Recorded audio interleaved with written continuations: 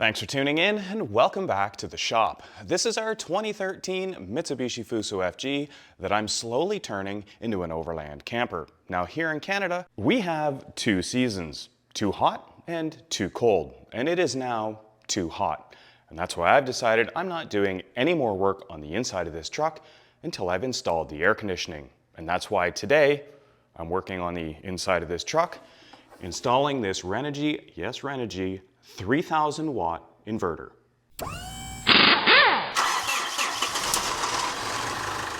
I'm sure some of you think I've made the wrong choice choosing Renogy over Victron, which was my original choice.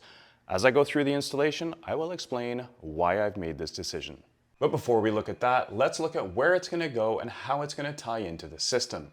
One of the key things with a large draw power consumer on a DC system is keeping the wire runs as short as possible so you have the least amount of voltage drop. And for that reason, I'm installing the inverter in this section right here where you can see I've framed up some additional T-slot, which is directly above my power distribution system. For this size of inverter, Renogy recommends a 400 amp fuse. That is not a small amount of power.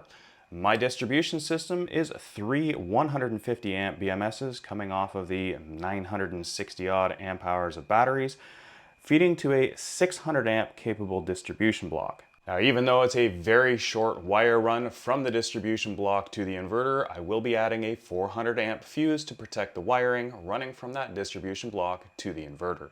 In order to get the fuse block in exactly the right spot up here, the first thing I'm going to do is temporarily mount the inverter.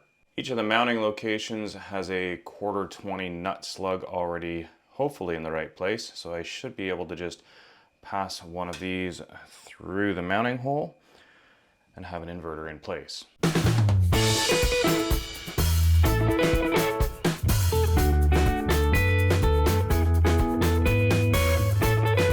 And now with it temporarily mounted, I can start to shorten my already really short sections of 2/0 cable to connect the positive and negative. Now you might be wondering why I've chosen to use 2/0 cable instead of maybe 4/0 cable, and really it's because the distance is so short. I'm gonna have maybe 6 inches on my negative and at most maybe 10 inches, maybe the full 12 on my positive. And the reality is this inverter is significantly oversized for what I'll be doing, so it should never be running anywhere near its full load. I've generally oversized almost all the components in my electrical system so that they're not running near their maximum capacity to help keep temperatures down and load and duty cycles and things like that. I'm going to start with the negative lead, so I need to crimp a lug onto the end of the wire here.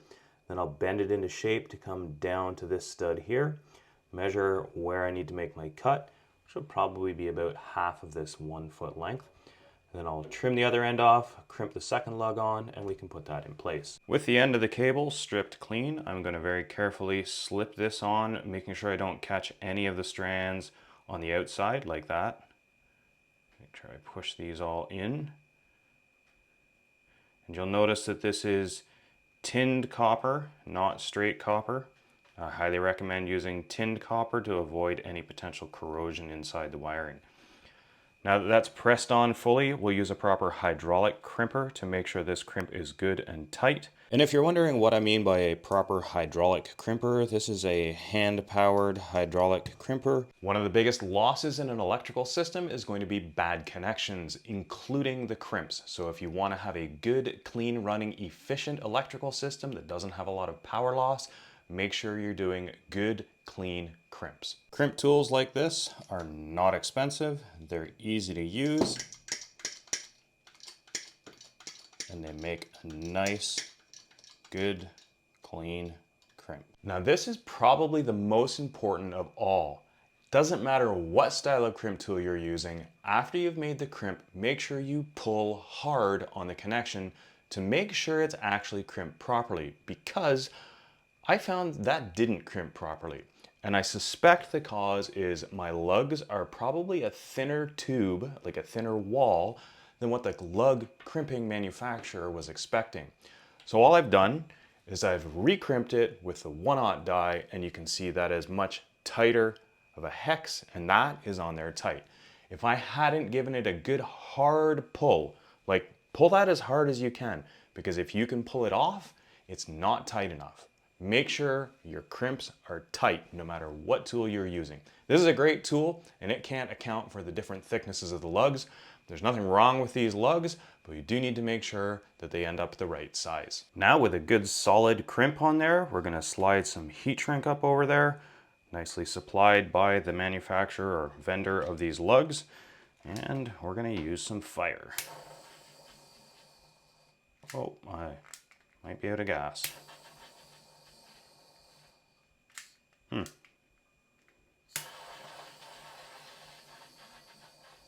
That was a nice, good quality heat shrink on there.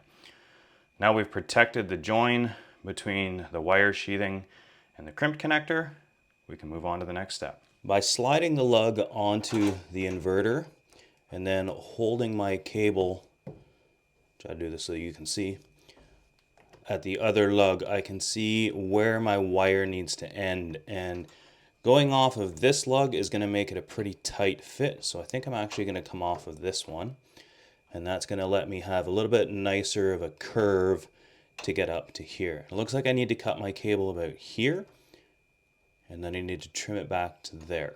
If you're going to be taking on a project like this using heavy gauge wires, I highly recommend buying the right tools. These are heavy gauge cable cutters. They work really well. They give you a nice clean cut, not like trying to cut it with a hacksaw. I've had these for probably 25 years and they're still nice and sharp because I use them only on wire, not like fences, and they do a great job. Get the right tools. With the amount of money that you're going to save doing this work yourself, you can afford to buy the right tools for the job.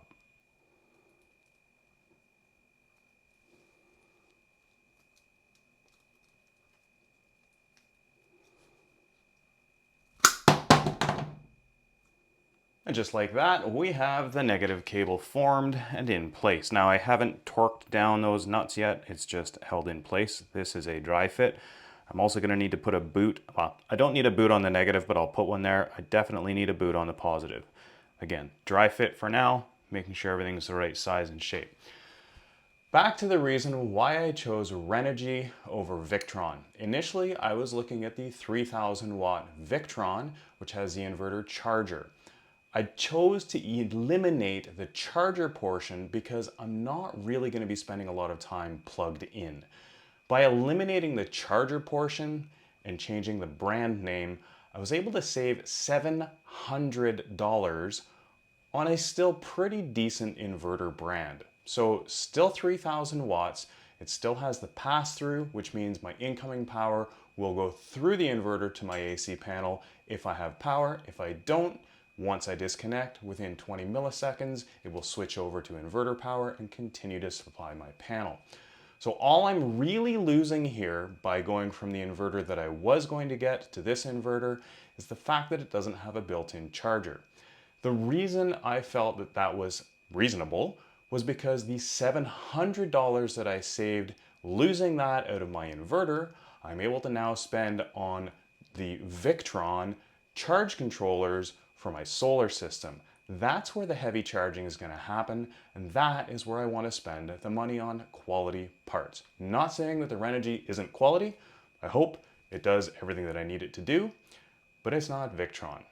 What do you think? What's your thoughts? Throw your thoughts in the comments below. A little bit of information that might be handy if you're not someone who does a lot of forming and crimping of heavy cables. Anytime you have a tight corner, whether it be a 90 or 180 degree bend in this type of cable, make sure you always form that before you make the cut in the cable. The outside radius requires more wire length than the inside, and if you cut it and then bend it, it'll pull back from the crimps at the end of the wires, giving you a looser crimp and a not as good a connection. If you form the wire first and then cut it, it gives the wire the ability to slide through the jacket on the outside, so when you do make the cut, all the strands are flush with the end. With that, you can now see I have formed the positives, and both the 90 coming off the distribution block to the fuse block, and the 180, which is a little bit tighter of a radius than I would like to do in 2-aught, but I didn't really have a lot of choice. The other reason to pre-form your wires like this, and a good reason not to mount all of your components at the start, is the pre-formed wire can help determine exactly the right location for the component. So this fuse block isn't actually attached yet because I don't want the fuse block to be trying to force the 2/0 cable into the right place for the lug. I want the 2/0 to come up and locate the lug first, so there's no stress on this lug or this lug once it's mounted. Once I had this in place, I used this one here to get the position and length for here so that there's no stress on either of these. And you can see they're not being pushed out of place. I just need to now mount that fuse block. Now there is also a second reason why I didn't mount that fuse block, and that's because I'm not quite sure I like the quality of it. It did say Renogy on it when I bought it, but it doesn't say Renogy anywhere on it, and it feels cheap. So the nice thing is it is an ANL fuse, so even if I switch to a different ANL fuse holder, the bolts will still be in the same location because it's a standard size. So it won't change any of the wiring, but not 100% sure I'm gonna keep that. Earlier in the video, when I mounted this, I only put these screws in finger tight, and there was a reason for that, and that is they are too long. But while I've been out here working on the rest of this, my 3D printer was printing some spacers. So now I can tighten down these screws to their final tightness, and now the inverter is held in place. Next up, I need to wire the input and output to the inverter on the AC side. And yes, I said input because this is a pass-through inverter. So if I have shore power available, it will come to the inverter, pass through it, and go back out to the panel, just like the inverter wasn't there. That said, my shore power is only 15 amps and the inverter output is capable of about 25. So we need more wire capacity on the output than we do on the input. I've got 14.3 going from my shore power inlet breaker to the inverter, and then I've got 10.3 that's going to run from the inverter back to the inverter output breaker. Now I will say I'm not the biggest fan of the connections for the AC power on here. These are just sort of a pinch fitting. It's kind of hard to get in there, but you push the wire in and then to release it you put a screwdriver in there. I don't like that style of cable attachment, especially with stranded cable, so I've crimped on some ferrules. If you want to see the tools that I've used to do that, take a look in the video description, but this is much better than just bare wire being pushed on by the little grips that are in there. Much would have preferred to see some ring terminals on there so I could crimp a ring terminal onto the wire, but that's what we get, so that's what we're going to use. Do take care if you're hooking something up here. These are not the same order. It's ground, hot, neutral, ground. Not sure why they chose to do that. I would have either kept them the same or put the two hots in the middle and the neutrals. I don't know, but anyway, just pay attention. So green, black, white, green. And second point to note, it looks like Renogy does not want you using insulated ferrules because you can't get them deep enough. These connections are extremely difficult. Now, to be fair, I've kept my wires pretty tight here, so I don't have a lot of play, but those are not easy to get together. I would much prefer to see a ring terminal style screw where I know 100% that I've got a good connection. Pushing those down into nowhere, I just hope that they've got a good connection in there. When I do still have the ferrule on there, I just cut off the insulator. So the crimped part at the end is still the same and it does fit down into the clamp. With all the power disconnected, I have run the wiring down temporarily along the T-slot extrusion. I'll make some proper mounts here, but for now zip ties will do. Into the electrical distribution panel, and everything in there is tied in with ferrules. I've come back and put the covers back on the buses, installed the fuse, and tightened everything up. We should be good to give it a try. Yes, I'm still missing the boot here and potentially the boot here, but that's not going to cause any issue right now for a functional test. I'm not going to leave it like that, but for now, it'll work. Well, I've got all the power out, so it's just the light from the camera, and we're going to see what happens when we turn the shore power back on. This is the 15 amp feeding to the inverter. Nothing blew up. And then this is the 30 amp coming out of the inverter. And then that is the 15 amp feeding the outlets.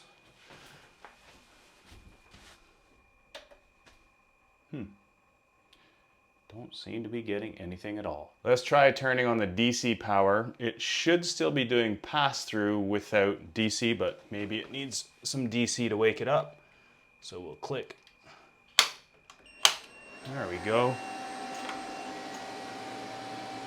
All three of these back on. The inverter is kicked on. Still don't seem to have my lights. Looks like I need to do some troubleshooting because until I figure this out, I'm in the dark. That's all the time I have for today. I hope you enjoyed that video. If you did, make sure you give us a thumbs up, hit subscribe if you haven't already, and if you're interested in any of the things that I've been using, make sure you check out the links in the video description. But most importantly, thanks for watching, and we'll see you next time. Hopefully with some lights on.